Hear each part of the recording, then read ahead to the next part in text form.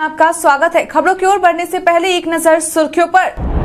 जवाहर नवोदय विद्यालय ने entrance exam का admit card किया जारी। बीपीएससी ने हेडमास्टर बहाली परीक्षा में किया बड़ा बदलाव।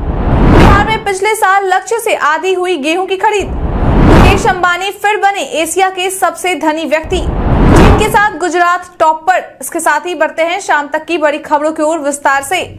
जवाहर नवोदय विद्यालय ने एंट्रेंस एग्जाम का एडमिट कार्ड किया जारी। अगर आपने भी जवाहर नवोदय विद्यालय में एडमिशन लेने के लिए आवेदन भरा था तो आपके लिए अच्छी खबर है। दरअसल विद्यालय की ओर से सिलेक्शन टेस्ट के लिए एडमिट कार्ड जारी कर दिया गया है। बता दें कि इस परीक्षा को पास करने के बाद विद्यार्थी जवाहर नवोदय विद्यालय की क्लास 6 में एडमिशन ले सकते हैं। मालूम हो कि परीक्षा 29 अप्रैल को सुबह 11:30 बजे आयोजित करवाई जाएगी, जो कि 1:30 बजे तक चलने वाली है। वहीं इसका रिजल्ट जून महीने में जारी किया जाएगा। आपकी जानकारी के लिए बता दें कि इस परीक्षा में 3 सेक्शन से प्रश्न पूछे जाएंगे, जिनमें मेंटल एबिलिटी, अर्थमेटिक और लैंग्वेज शामिल है। विद्यार्थी अपना एडमिट कार्ड जवाहर नवोदय विद्यालय की वेबसाइट navodaya.gov.in पर जाकर डाउनलोड कर सकते हैं। विधानसभा में बीजेपी का भारी हंगामा। कार्यवाही 2 बजे तक कर दी गई स्थगित। आज यानी कि बुधवार को बिहार विधानसभा का अंतिम दिन है। ऐसे में आज की कार्यवाही शुरू होते ही एक बार फिर से विपक्ष के सांसदों के द्वारा जमकर हंगामा किया गया। बता दें कि इस दौरान बीजेपी के द्वारा सरकार को रामनवमी पर हुए सासाराम और नालंदा में हुए हिंसा को लेकर घेरने की कोशिश की गई। बीजेपी का कहना है कि बिहार में यह हिंसा सरकार की नाकामी के कारण हुई है। इसी को लेकर बीजेपी के द्वारा सदन में जमकर हंगामा किया गया।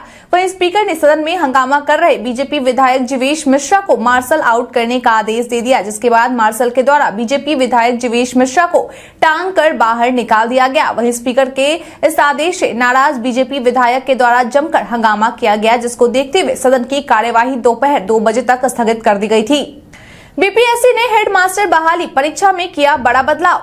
राज्य के अंदर हाई स्कूलों में बहाल होने वाले हेडमास्टर की परीक्षा में बिहार लोक सेवा आयोग के द्वारा बड़ा बदलाव कर दिया गया है। बता दें कि इस बदलाव के तहत अब हेडमास्टर की परीक्षा में नेगेटिव मार्किंग नहीं की जाएगी। बता दें कि इस नियम में बदलाव होने से अभ्यर्थियों को बड़ी राहत मिलेगी।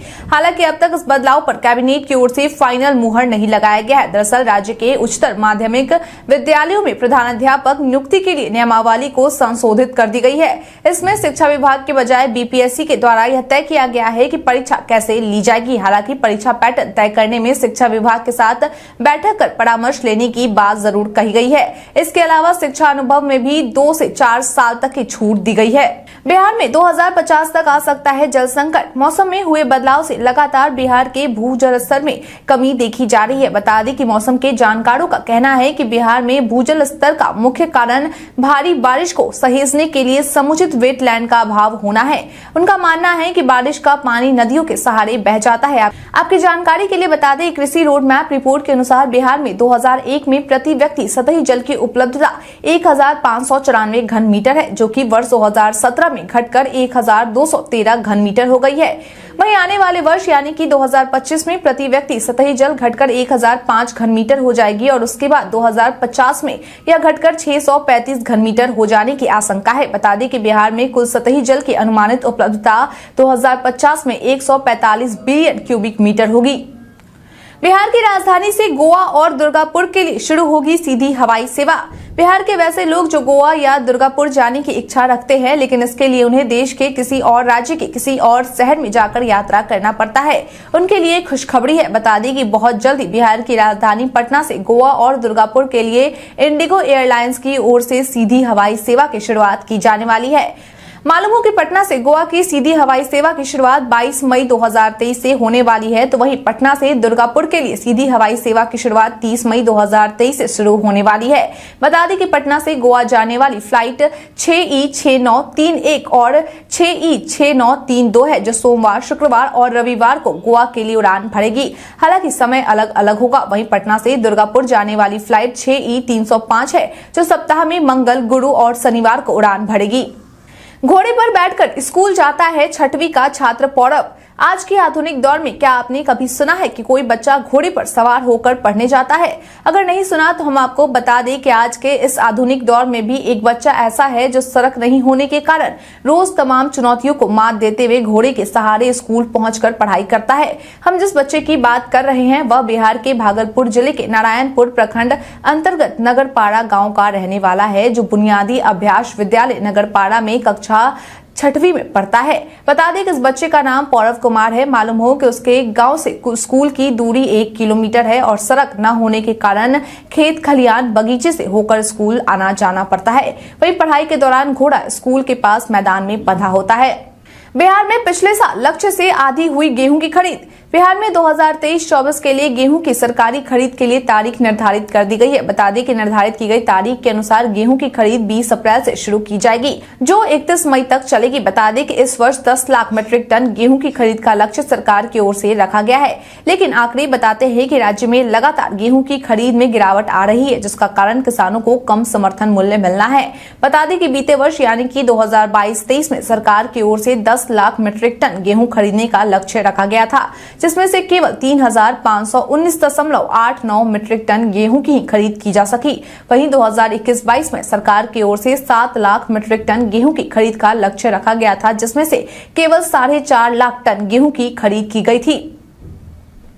बिहार की राजधानी में 10 दिन में मिले 46 कोविड संक्रमित। एक बार फिर से पूरे देश में कोरोना के मामले में बढ़ोतरी देखी जा रही है। वहीं बिहार में भी कोरोना के मामलों में लगातार बढ़ोतरी देखी जा रही है। बता दें कि राज्य में बीते 24 घंटे में कोरोना के 9 नए मामले सामने आए हैं, जिसके बाद अब राज्य में पिछले 10 दिनों में कुल सक्रिय मामलों की संख्या 46 हो गई है। आपकी जानकारी के लिए बता दें कि बिहार में पिछले 24 घंटे में कुल मिलाकर 47,208 कोरोना टेस्ट किए गए हैं, जिसमें से 9 लोग कोरोना संक्रमित पाए गए हैं, जिनमें से सबसे ज्यादा संक्रमित बिहार की राजधानी पटना से है। बता दें कि पटना से कुल 7 कोरोना संक्रमित पाए गए हैं, तो वहीं बाकी बचे 2 मरीज सीतामढ़ी और पूर्वी चंपारण से है। मालूम हो कि कोरोना के बढ़ते मामलों को देखते हुए बिहार में बाहर से आ रहे यात्रियों को मास्क लगाने को कहा जा रहा है। वहीं दूसरी ओर अस्पतालों में भी अलर्ट कर दिया गया है।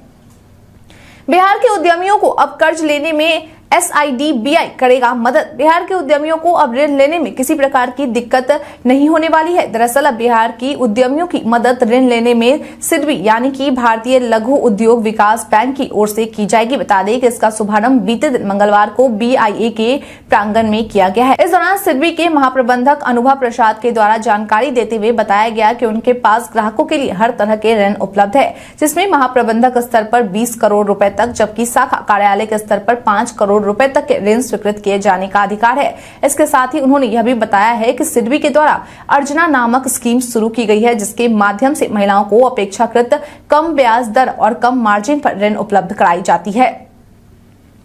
उत्पाद विभाग की टीम पर एक बार फिर हमला।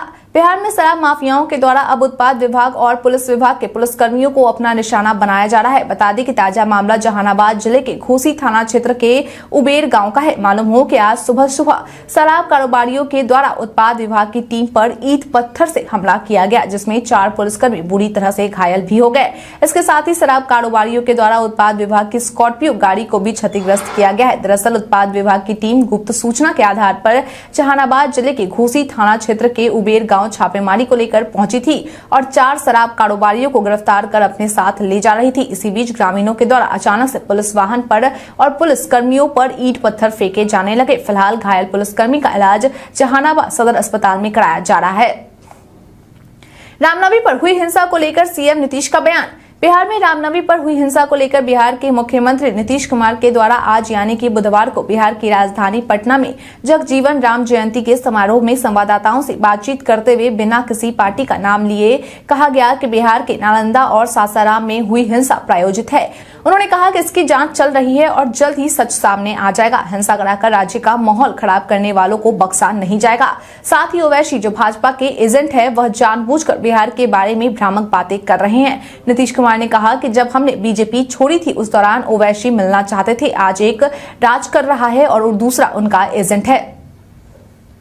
बिहार में हिंसा को लेकर राबड़ी देवी का बयान। बिहार के सासाराम और नालंदा में हुए हिंसा को लेकर बिहार की पूर्व मुख्यमंत्री राबड़ी देवी के द्वारा बीजेपी पर निशाना साधते हुए उन पर आरोप लगाया गया है। राबड़ी देवी ने आज यानी कि बुधवार को विधानमंडल में कहा कि भाजपा ही दंगा कराती है और फिर भाजपा के द्वारा ही हंगामा किया जाता है। उन्होंने कहा कि रामनवमी के मौके पर जो भी हिंसा हुई है उसके खिलाफ फिलहाल जांच चल रही है, जांच के बाद सब कुछ साफ हो जाएगा। लेकिन भाजपा तो आज इन घटनाओं को लेकर हिंसा करती है और वह खुद दंगा भी करती है। उन्होंने कहा कि आरआरएस और भाजपा के लोग ऐसा करते हैं, इनके द्वारा ही अशांति फैलाने की कोशिश की जाती है।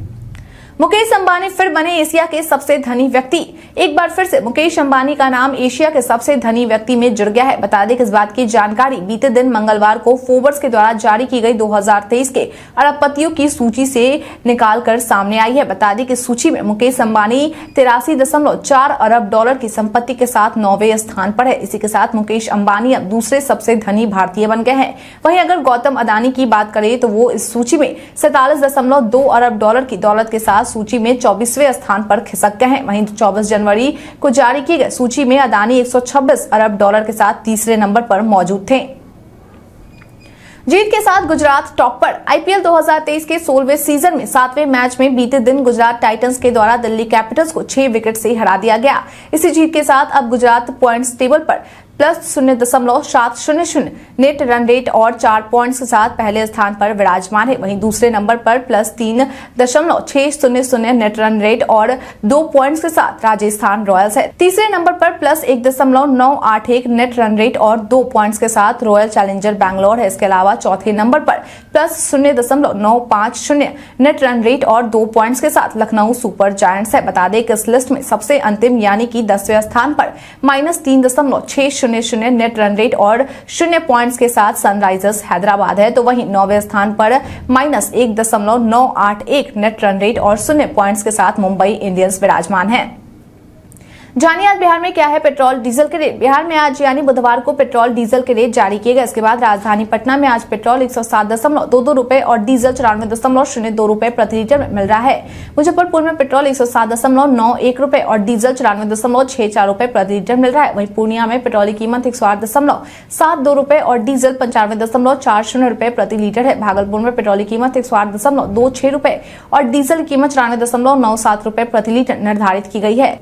इसके साथ ही गया में पेट्रोल की कीमत 108.31 रुपए और डीजल की कीमत 95.04 रुपए प्रति लीटर है। बता दें कि बिहार में पेट्रोल का रेट सबसे ज्यादा किशनगंज में है, जहां पेट्रोल 109.40 रुपए प्रति लीटर और डीजल 96.04 रुपए प्रति लीटर की दर से मिल रहा है।